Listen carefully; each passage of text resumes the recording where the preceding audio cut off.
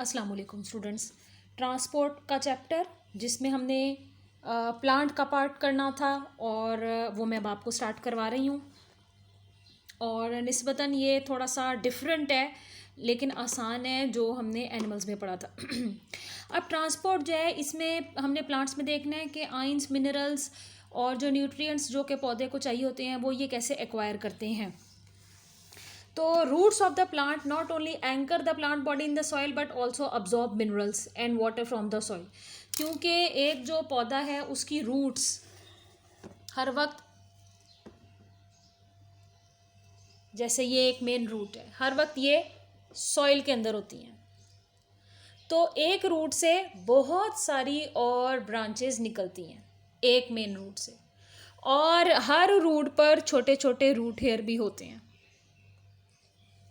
तो ये जो रूट्स हैं ये ना सिर्फ पौधे के ऊपरी हिस्से को, जो कि यहाँ से ऊपर होगा, गाढ़े रखती हैं ज़मीन में, बल्कि मिट्टी में मौजूद जो आयंस हैं, मिनरल्स हैं, नमकियात हैं, नाइट्रोजन, फॉस्फोरस, कैल्शियम, कॉपर, हर तरह के आयंस जो कि पौधे को चाहिए होते हैं उसको भी ये जज़ब करती रहती हैं। तो roots are very much important for the role of जो हम कहते हैं कि मिनरल्स को हासिल करना। और क्योंकि रूट्स में बाहर की लेयर जो हमेशा की तरह वो एपिडर्मल लेयर होती है, उस पर रूट हेयर भी होते हैं, तो इनके पास ख़ासा ज़्यादा सरफेस एरिया अवेलेबल होता है जहाँ पर ये अच्छे तरीके से मिनरल्स को, नमकियात को अच्छे तरीके से जज़्ब कर सकें। प्लांट्स जो है वो कुछ कंपाउंड्स वो खुद भी सिंथेसाइज कर लेते हैं।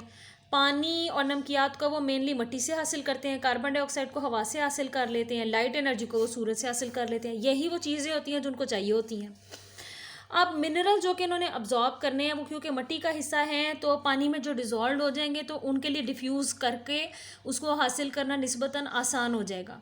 लेकिन वो न्यूट्रिएंट जो कि सॉइल पार्टिकल्स के साथ अटैच्ड होते हैं, फिर वो उनको रूट्स अब्जॉर्ब नहीं कर सकती।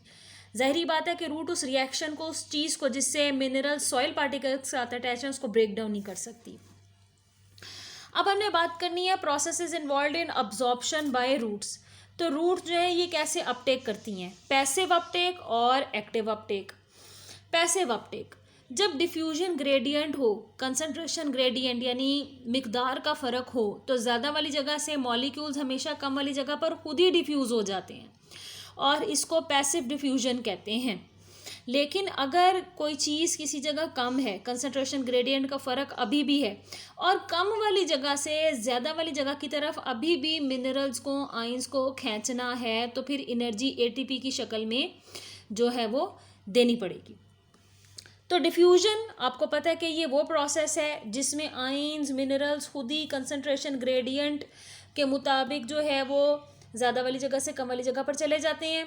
जबकि जो दूसरा प्रोसेस है एक्टिव ट्रांसपोर्ट या एक्टिव अपटेक, वो एटीपी की वजह से होता है।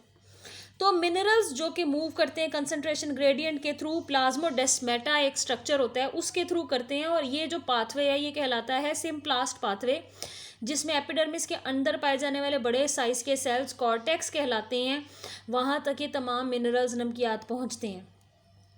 दूसरा जो पाथवे है वो एपोप्लास्ट पाथवे है।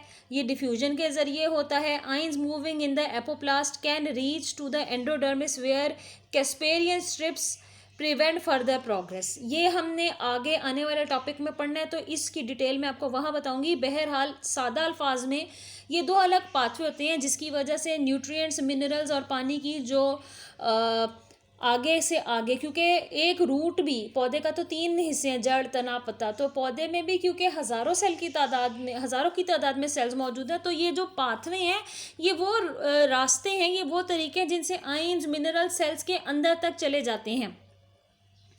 अब एक्टिव ट्रांसपोर्ट, जैसे कि मैंने आपको अभी बताया कि बहुत सारे आयंस को रूट्स जो है वो अब्जॉर्ब करती हैं एक्टिव ट्रांसपोर्ट की मदद से। क्योंकि मिट्टी में ये चीज़ कम होती जाएगी, पौधा उसको अपनी तरफ खींचता जाएगा, तो जनाब अंदर कंसंट्रेशन बढ़ गई, बाहर कंसंट्रेशन कम हो गई।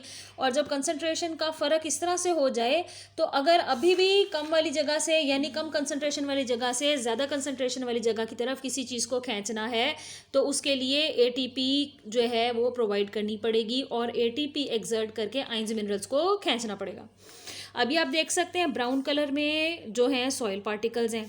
ये आप देख सकते हैं रूट की एपिडर्मिस है, रूट से बाहर रूट हेयर भी निकल रहे हैं। सॉइल पार्टिकल्स के दरमियान में हवा के मॉलिक्यूल भी होते हैं, ज़ाहिरी बात है इसमें ऑक्सीजन और आपकी बाकी की गैसेस भी होती हैं, तो रूट्स को भी ऑक्सीजन की ज़रूरत होती है।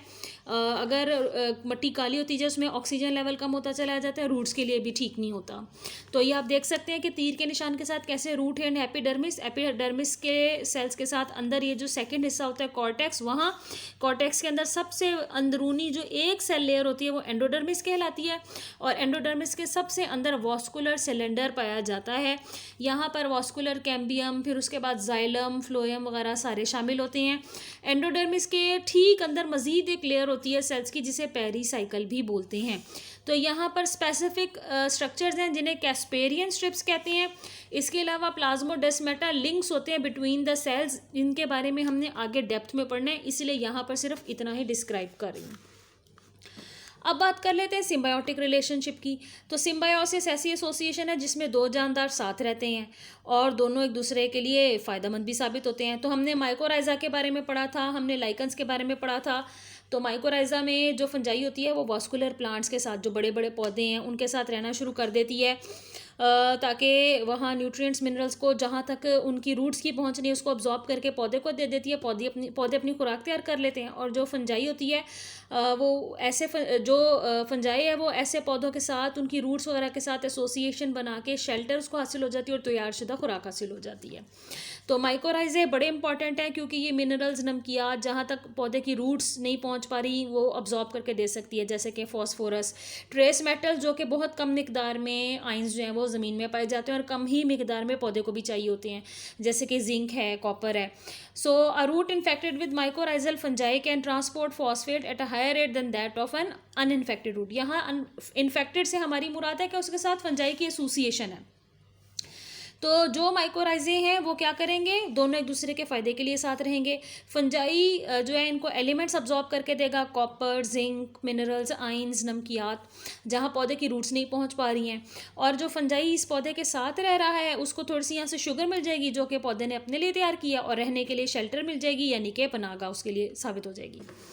अब हम बात करते हैं uptake of water by roots. इसमें आपने सिंपल ये तरीका देखना है कि ऑस्मोसिस के थ्रू होता है। ऑस्मोसिस भी डिफ्यूजन का ही अमल है जिसमें लो कंसंट्रेशन की तरफ कोई भी चीज़ जाती है हायर कंसंट्रेशन से, लेकिन वो एक प्लाज्मा मेम्ब्रेन के थ्रू गुजरती है या सेलेक्टिवली परमिएबल मेम्ब्रेन के थ्रू गुजरती है। सेलेक्टिवली परमिएबल मेम्ब्रेन वो मेम्ब्रेन होती है जो कि कुछ चीज़ों को पास करने देती है, कुछ चीज़ों को पास नहीं करने देती। लेकिन सेलेक्टिवली परमिएबल मेम्ब्रेन जो होती है वो वाटर के मॉलिक्यूल्स के लिए जो है वो अलाउ करती है वाटर के मॉलिक्यूल्स को गुजरने के लिए। तो वाटर के मॉलिक्यूल्स आराम से सेमी परमिएबल मेम्ब्रेन से गुजर सकते हैं। अब ऑस्मोसिस की दो किस्में हैं। If water moves by osmosis into the cell it is called as endo osmosis. दो किस्में आ गई ऑस्मोसिस की, पेपर में 2 नंबर का शॉर्ट क्वेश्चन पूछा जा सकता है। एंड का मतलब होता है अंदर। और अगर पौधा जो है उसमें मौजूद कोई सेल पानी को बाहर निकाल देता है तो फिर हम उसको कहेंगे एक्स ऑस्मोसिस। एक्स का मतलब होता है बाहर, एंड का मतलब होता है अंदर। So there are 2 types of osmosis in case of plants.